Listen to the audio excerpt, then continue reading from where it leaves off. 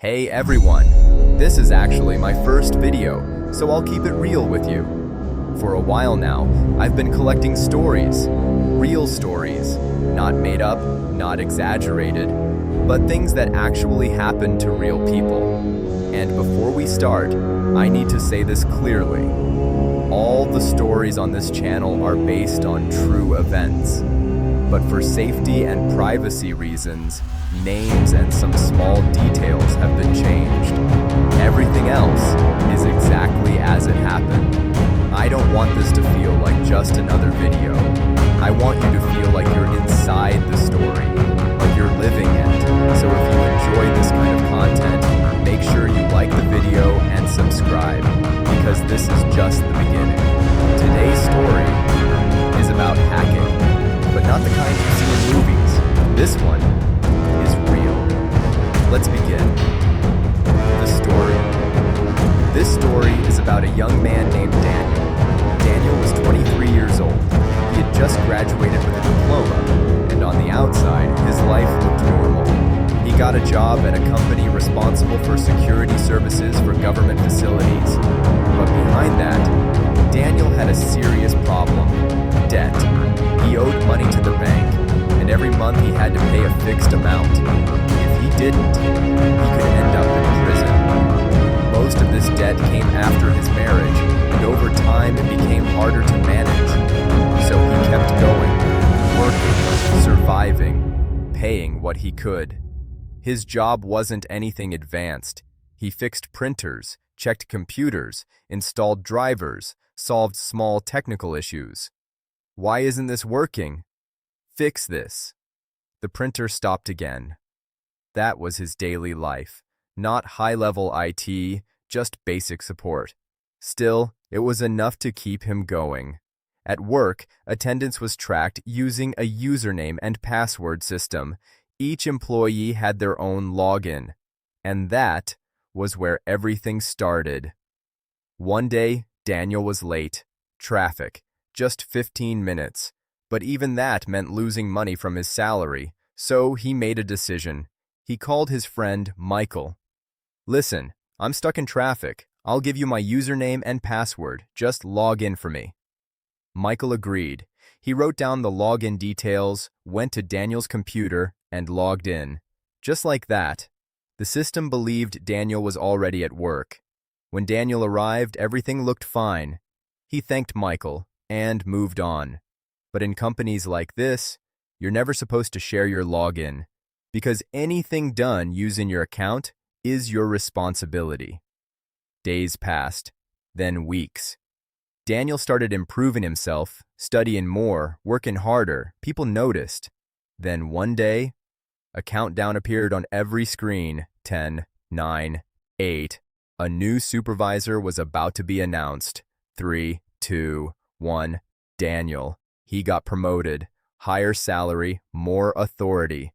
For the first time in a long time, life felt like it was finally going his way.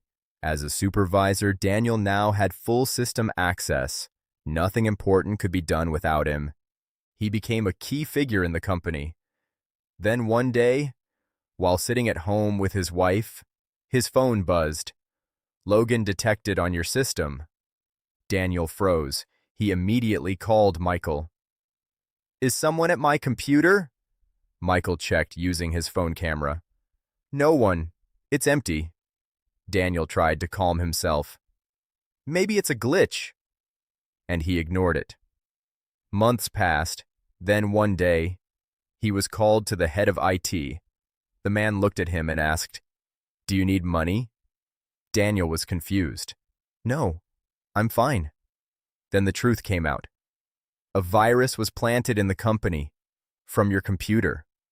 Daniel was shocked. The virus was stealing company data. Then came the accusation. You planted it, so you could pretend to fix it and ask for money. Daniel swore he had nothing to do with it, but the system logs all pointed to him. He wasn't arrested, but he was warned. Then everything got worse.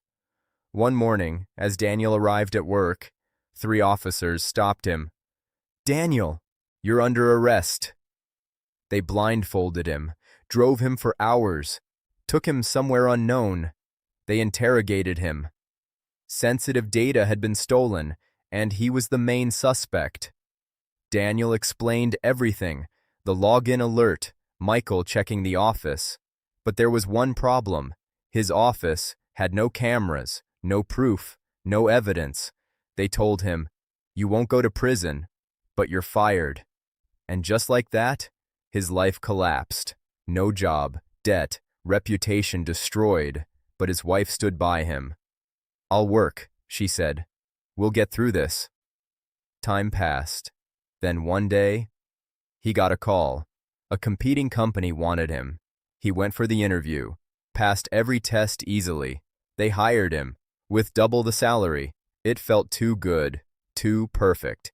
He signed the contract, but the work was strange. They asked him to build websites, connect networks globally.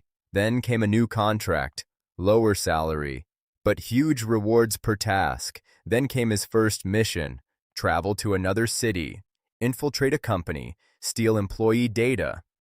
Daniel realized the truth.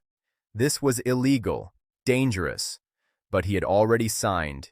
He went, followed instructions, accessed the system through a hotel network, extracted all the data. At the airport, he was stopped.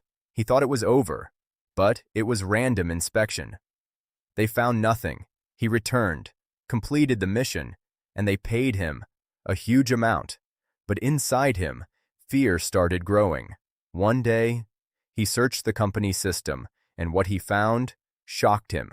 His old company, all its data, all its employees, even his own name. And suddenly, everything made sense. The virus, the accusation, the setup, the job offer, it was all planned. He had been used. Then he discovered something else, a 70-floor building. At night, the top floors were active. Strange employees, short hours, huge salaries. Something wasn't normal. Daniel became curious, and eventually, he was offered a contract to work on the 70th floor, higher salary, short hours, but dangerous conditions. He signed it. And as he entered the elevator, going higher and higher, he noticed something strange. Most floors were dark, empty, until he reached floor 70. Everything changed, and from that moment, his life was no longer normal. A life where today you're free, tomorrow you could be in prison, today you're alive, tomorrow you could disappear, and that is where this story ends. If this is your first time hearing something like this, just remember, everything you heard today actually happened. And the craziest part? This isn't even the full story. What happens next is even deeper.